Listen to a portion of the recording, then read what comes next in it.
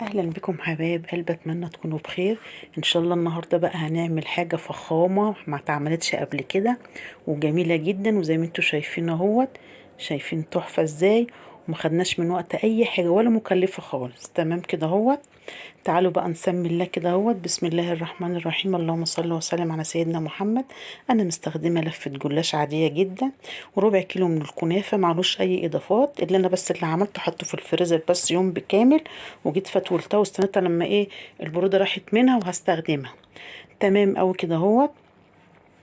وكوبايه من السمنه الزايبه هي زي ما انتوا شايفين. هجيب صينيه، اي صينيه عاديه تكون عندكم، هدهنها بالسمنه هي، وهنزل كده ورقتين ورقتين، هظبطها بس كده واديها رشه من السمنه. تمام اوي كده اهوت. واجيب ورقتين تاني احطها برضو عليها كده اهوت. تمام اوي، برضو رشه من السمنه، واحط عليها الكنافه دي اللي معلاش اي اضافات خالص زي ما انتوا شايفين اهوت. هفردها بس كده عشان ما تكلكعش معايا، وهنزل عليها برشه من السمنه. تمام او كده، بس اظبطها كده.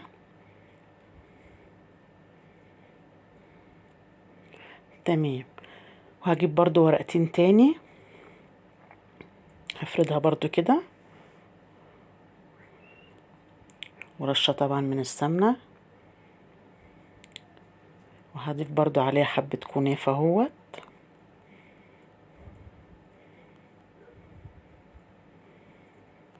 واضيف عليها برضو رشه من السمنه لحد ما اخلص كل الكميه معايا. هعمل طبقتين كده اهوت. الارضيه عملت 4 ورقات، وكل واحده من التانية ورقتين، واحط عليها زي ما انتوا شايفين، افرد عليها الكنافه، طبقه كنافه كل ورقتين من جلاش. بس في اول مره انا عملت 4 ورقات زي ما انتوا شايفين. تمام اوي كده لحد ما اخلص الكميه اللي معايا. اخر بقى ورقتين اهو زي ما انتوا شايفين. انا هسكنها بقى كده اهوت خالص. شايفين اهو، مش عايزه حاجه تطلع بره خالص. تمام اوي كده اهوت.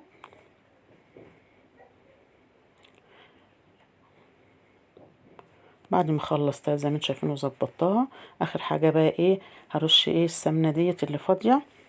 طبعا الكنافه بتحب السمنه بس برضو في المعقول والجلاش عشان تبقى طريه معاكم في جميله. تمام وكده هقطعها بقى كده حسب طبعا مرحتكم انتوا، حسب القطعه اللي انتوا عايزينها. انا هعمل القطعه العاديه دي.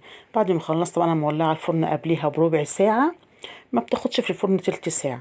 طبعا الشربات يا حبايب قبل عشان ما اطولش عليكم في الفيديو، انا مستخدمه كوبايتين ونص من السكر وكوبايتين ونص من الميه.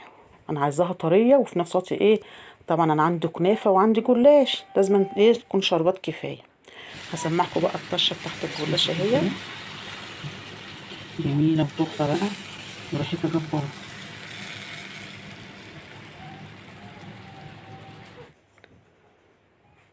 تمام بقى، تعالوا بقى نطلع قطعه بقى عشان نشوف الجمال ده اتعمل ازاي، وجميله جدا وهوريكم طراوتها تحفه. يا ريتكم تجربوا الوصفه دي وهتعجبكم قوي بصراحه ربنا. شايفين جميله ازاي؟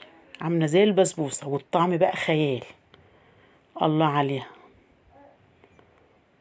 شايفين؟